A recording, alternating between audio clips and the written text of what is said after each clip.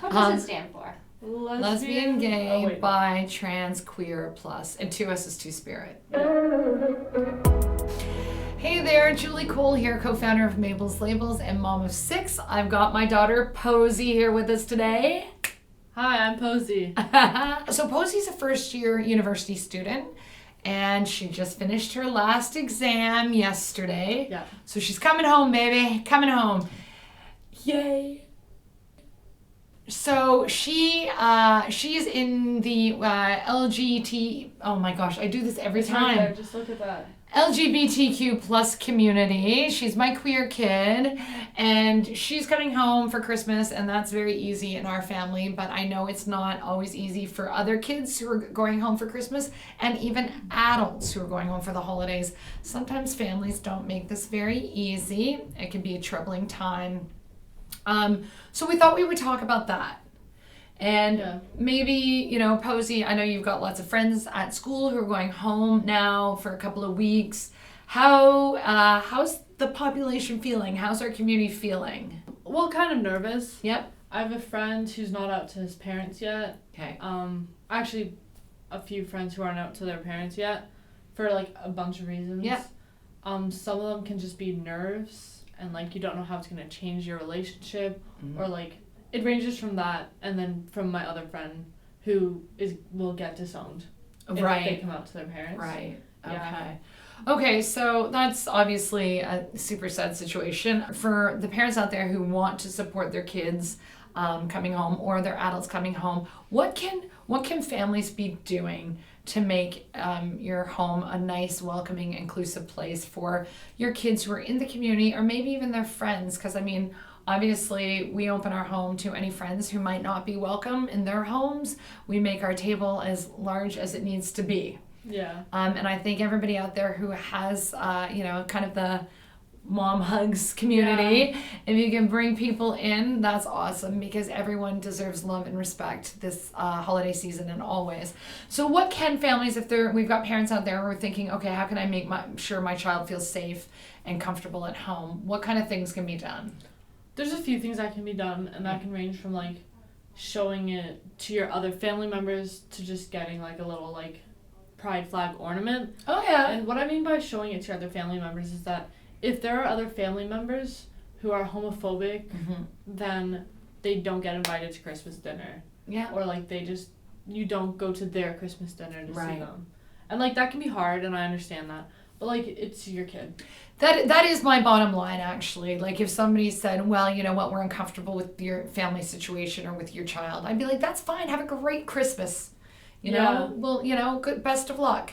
Or if they said they didn't want to come to my house, I'd be like, you're more than welcome to not come. Yeah. Because at the end of the day, my kid comes first.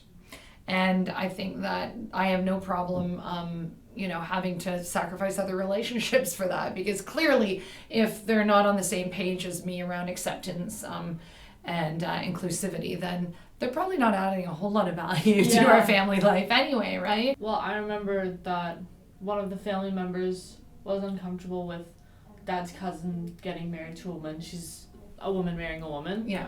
And then you spoke to him about it, and you're like, it's no different than if so-and-so get married and have a child that way. Right. And I think about going from there to where I am, like, in a relationship-wise with that person now. Right. They've come so far. Yeah. They've grown so much. And it is true. Like, sometimes you just need to, and that's a good point, Posey. Like, here I saw it in another section of the family that wasn't my family, but I took the time and the energy to have a chat.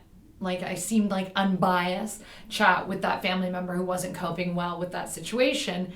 And over time, came around, and like you say, now that family member has come, so far. So it takes sometimes some patience and some kindness, and, it's hard to understand, but I certainly would not let somebody come to my house and make derogatory comments about my family members in front of them.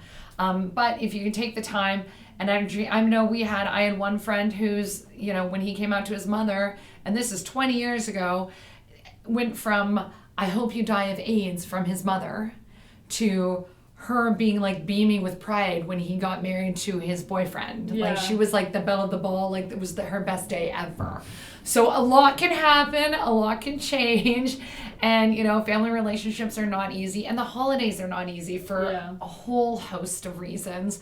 And whether it is a LGBTQ plus kid coming home or adult coming home, I think it's just important to remember like what is important here, right? Yeah. And like I find that this holidays, like the December holidays specifically, is about like coming together in celebration, regardless of like what religion you are or what you like follow. Yep. But like you have to celebrate each other, Right. And like your differences, and like this is just one of the differences that makes us special, I guess. Yeah. And I think too, like if any parents out there are having a hard time, it's not what you expected. It's not what you thought you signed up for. And you might even feel guilty for feeling that way. But there are a lot of great parent groups out there. And I know I'm on an amazing Facebook group for parents. And, and parents do share their struggles. I had, I had one of the moms posted about how it's really hard because she's got a child who's transgender, female to male. And now her son talks about their dead name with such anger and hate. And she's like, I loved my son when he was my daughter, and I love him as my son, like when I thought he was my daughter. Yeah.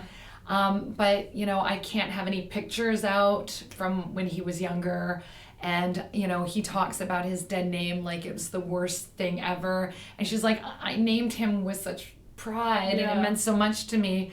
So you know what? The mom is just being respectful and not having photos of the child when the child's home at Christmas, not having those photos around, and making sure, another mother just suggested that, mom keep some of those special things from the childhood in a little secret spot that she can revisit and have her time with that, but to respect the child and have that not out. Yeah. And it'd be fun if they did like a re-photo shoot where he dressed up as the pictures that she likes. You know what? Like that the mom likes. Yeah. Another person suggested that. They said actually try to find photos where your son looked more masculine growing up and put together an album, with those. That would be a good Christmas present. Exactly. Yeah. So this is the kind of support you get like when you meet like so if you're struggling, like here's this mom who came and everybody had all these great suggestions and said like no judgment, we totally get it. You loved that dead name. That's why you named your child it, But it's time to get a new ornament with the new name. Yeah. And take the dead name off and just put that in your little treasure box for mom to look at when you're feeling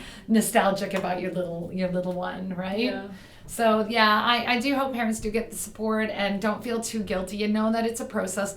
But if you can be brave and just always show your brave face to your child and make them always feel welcome, then they'll know they can always count on you, because this is not always easy for them. And we just know statistically the levels of depression and the levels of, are you having a teary? Oh.